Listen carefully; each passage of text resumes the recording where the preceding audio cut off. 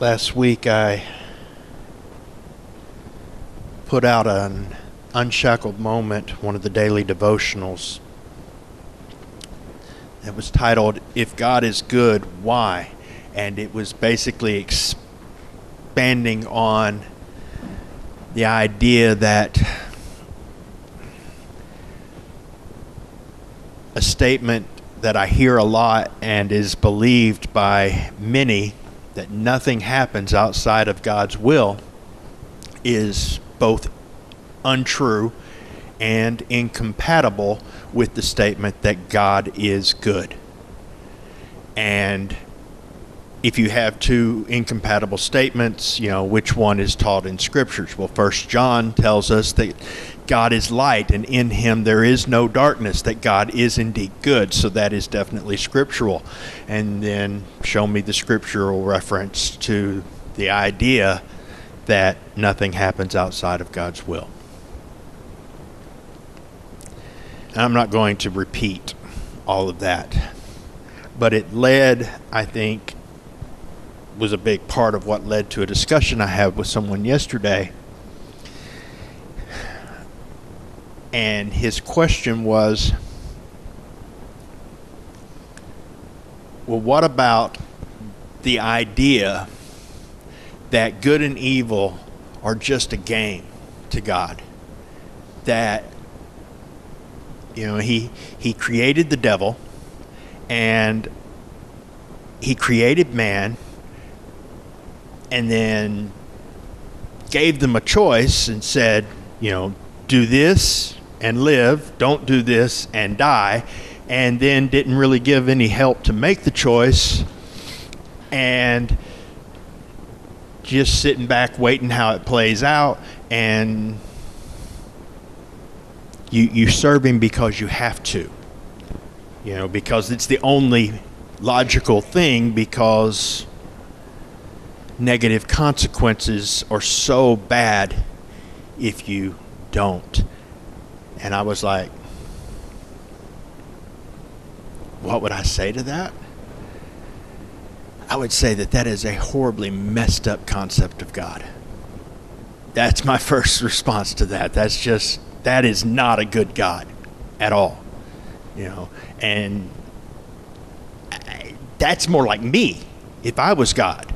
So maybe that's where, that kind of concept comes from.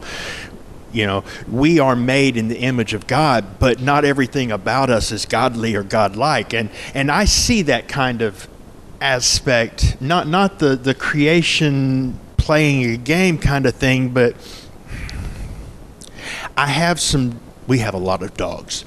And I have a few dogs that are going to run to me out in the yard, period, just because they're going to come to me because they want to be near me. I like them more than the others. They know this. They run to me.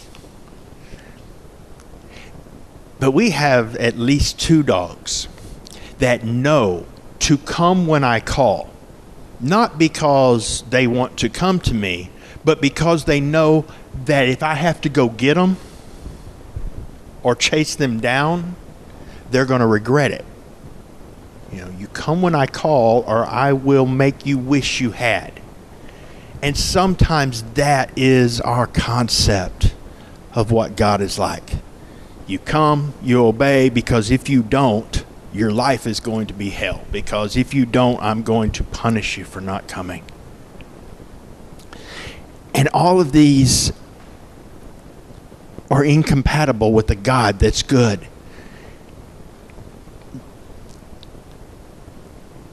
He did not create evil.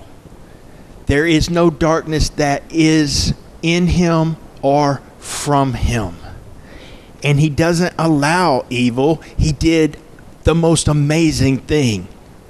He himself gave himself to take our place and destroy evil and its works. I'm wearing my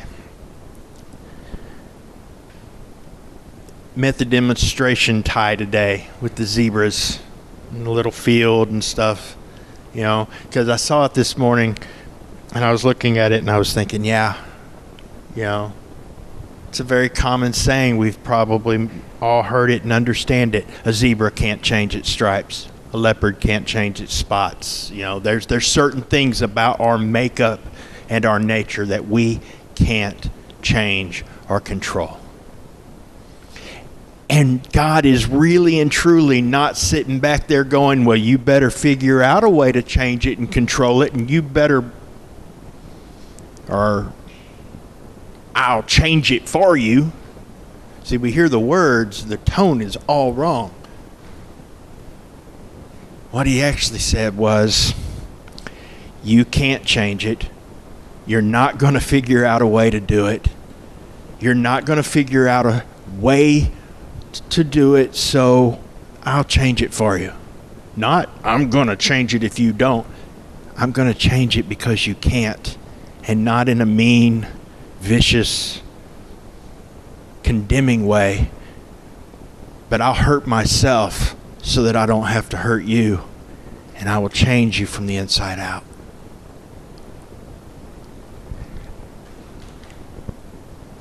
These stripes were not the stripes that I had intended for you.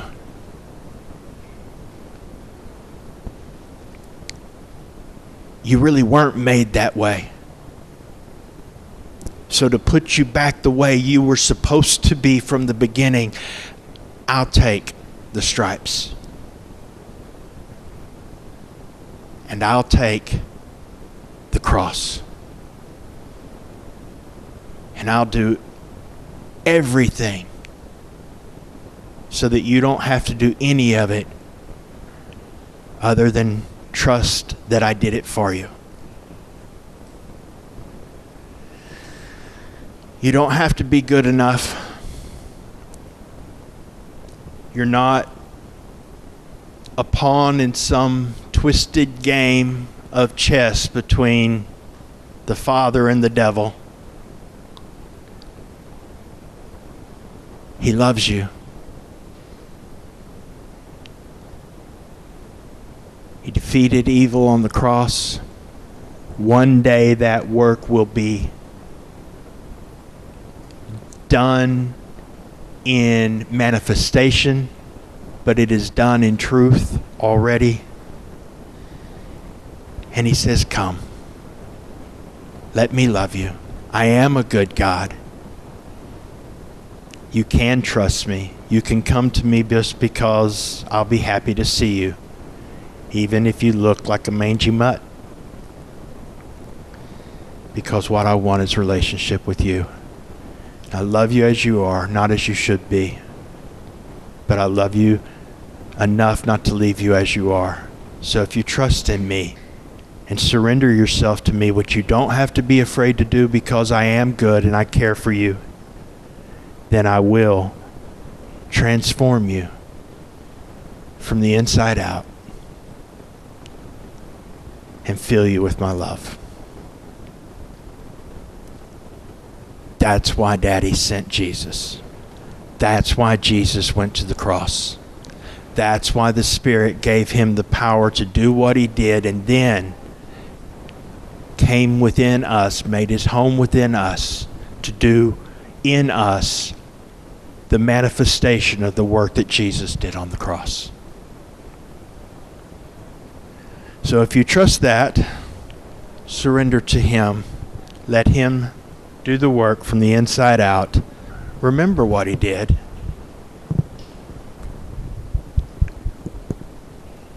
And let's have a thankful heart today that we don't have a capricious God, but we have a God who cares. That it's not a fickle game, and that we can trust him, and that he will change us and transform us into his likeness. A beautiful, perfect, unique reflection of his love and his glory.